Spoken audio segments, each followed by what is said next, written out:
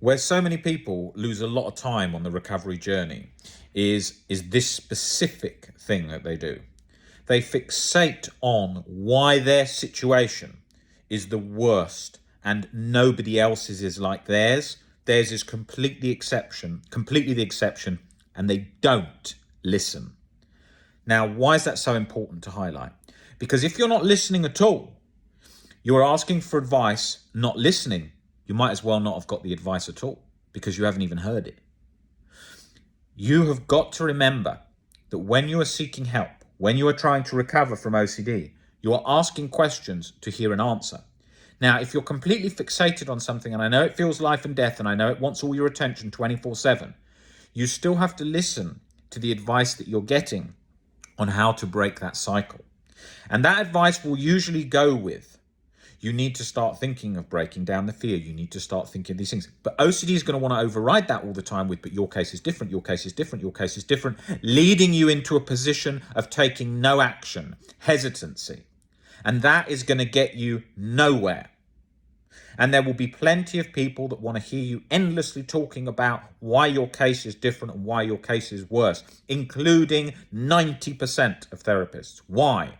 Because if 90% will not understand OCD, much higher than 90%, will not understand OCD, and they will keep listening to the reassurance. Why? Because they will imagine that the venting is helpful to vent. It isn't. The person is usually conveying a never-ending cycle of compulsive venting. So it is important to be aware of that. And the skill in helping people with OCD is learning when to talk and when not to. Learning to see that giving them an answer here is not going to benefit them. Learning to see that if you just are a soundboard for a compulsive venting of compulsion, you are going to get no result. Okay? You are going to get no result. And that is so important.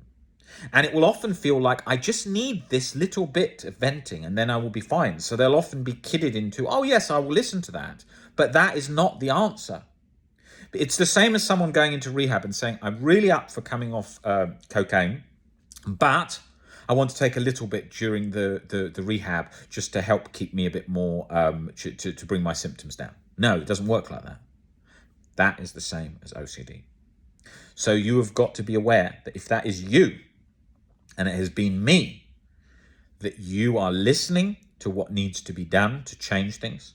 And you need to try and think, well, maybe even if I am all these things that OCD is saying, that even my perspectives, if they change, I will be able to get to freedom. It doesn't matter what you've done in the past, real event, anything in reality. Nothing is dictating your inner peace like your perspectives of the external. That is at the core of Greek and Roman philosophy. People forget that it's our perspectives causing the emotional disturbance, not the external. And we've all, as a human race, got into the habit of changing the external, our environment, our friends, our house, our going, whatever, to bring about inner peace, where actually inner peace is found by changing the within, by changing our perspectives. And that leads to robust recovery.